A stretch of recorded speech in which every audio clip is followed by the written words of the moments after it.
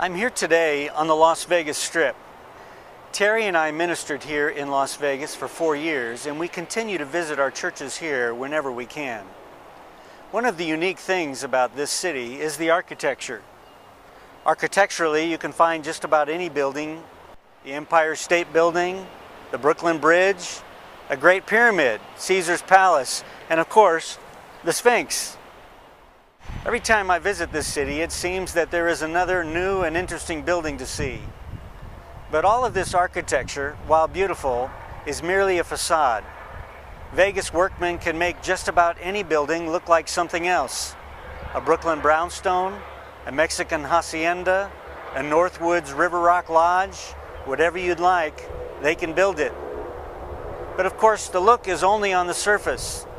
These buildings are not solid marble or granite like the originals. The external beauty of the original building has been copied, but without the substance.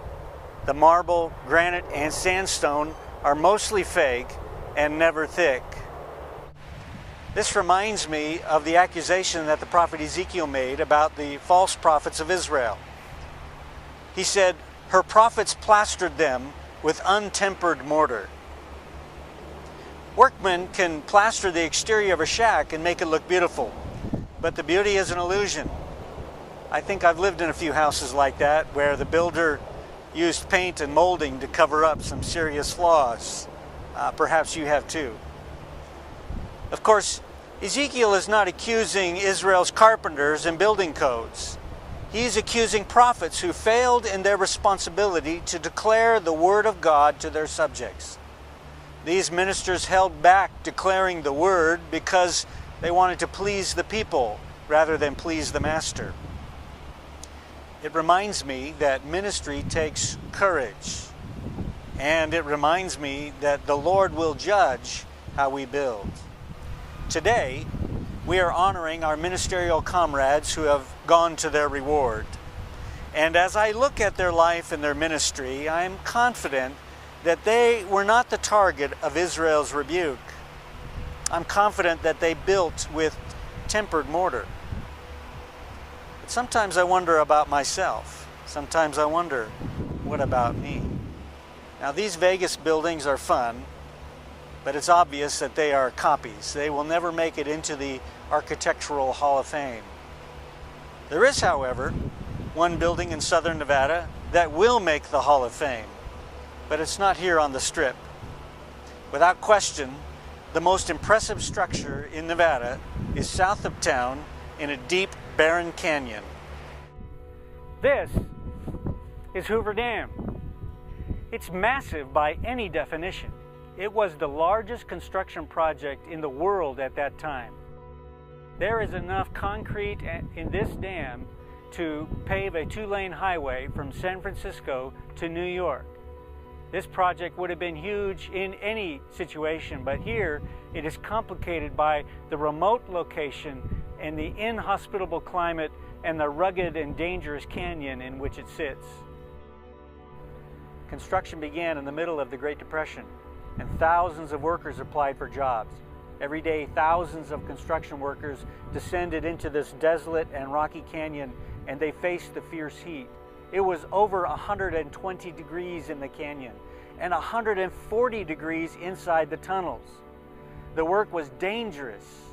96 people died in this construction site, and their names are inscribed on a plaque in the Memorial Hall.